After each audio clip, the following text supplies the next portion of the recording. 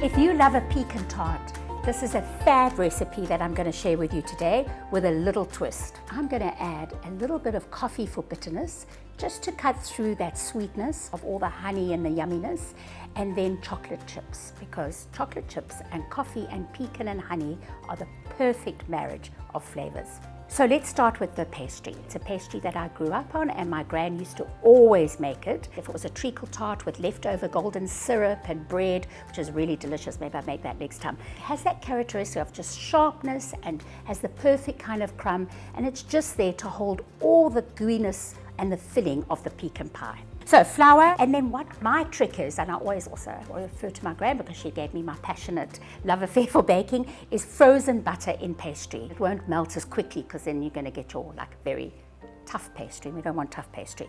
So I usually grate it in. It's really hard, as you can hear. It's still really nice and hard. And then just using your fingertips like you would make scones, and you just combine it. Look at that. And then with a knife, not with your hands, always cut in the water as well to the butter and the flour. Gradually add it. And then with your fingertips as well, you just kind of bring it all together. There we go, it's absolutely perfect. So there we go, nice clean bowl and a beautiful soft ball of dough. So now the trick is, at this stage, often in these kind of recipes, the recipe calls for baking blind.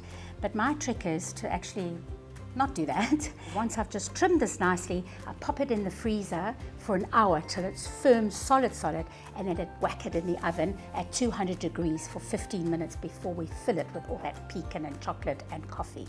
Don't chuck that special pastry away. Make like little jam tarts. My gran always used to do that with her leftover pastry. We just cut out like circles with a cookie cutter, pop in some strawberry jam or apricot jam, whatever jam, and then bake them for like 15 minutes. And then we would always couldn't wait for them to cool down, and we always used to burn our tongues on that hot sugary jam. I'm going to have a little bit of coffee, and I've chosen today the organic blend, which I'm actually going to put into the tart. So now for our filling, it's really simple. We've got a little bit of work to do, and that is just to chop our pecans. Just give them a nice rough chop. Pecan pie, as they say in America. We add some sugar, a bit of flour for stabilizing, vanilla paste or extract, whichever you have in the cupboard.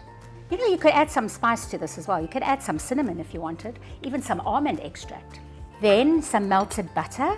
Now I'm going to add the coffee, and it's the same coffee that I brewed earlier on, because it's got a really beautiful caramelized sugar, smoky kind of flavor. If you know how to make traditional pecan pie, you know that you use corn syrup. But I thought, no, let me try it out. And I got away with honey, which is even better because the flavor is there and the sweetness. And then lastly, 3 beaten free-range eggs. And that's going to help set it to its lovely yumminess. Now we're going to check on the tart. It's been 15 minutes and it's time to fill it. Beautiful. It's still pale because this tart's going to take 50 minutes to an hour in the oven. Oh, the most glorious thing to add to this tart are these dark chocolate drops. Use the whole bag. And just put it over. Looks a lot, but it actually not. It just all soaks up. It's a perfect amount. There we go. Oh la la! It's ready. Stunning. Beautiful crisp pastry, and it's set really nicely. I have another secret ingredient to add to it, just to make it absolutely more glorious. So all I'm going to do is heat half a packet, so 100 grams of whole pecans, and then some more honey. And just give this a little melt. Okay, and now for some extra magic.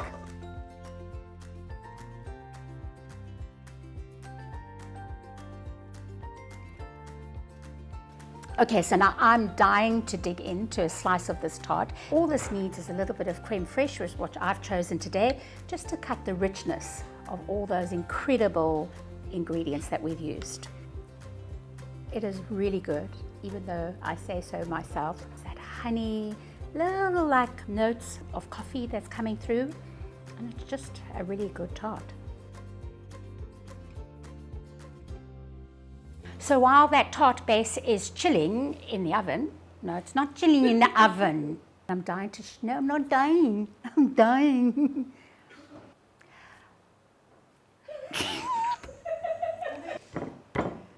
You really need to make this. And if you do make it, just tag me and post something. Say you love it.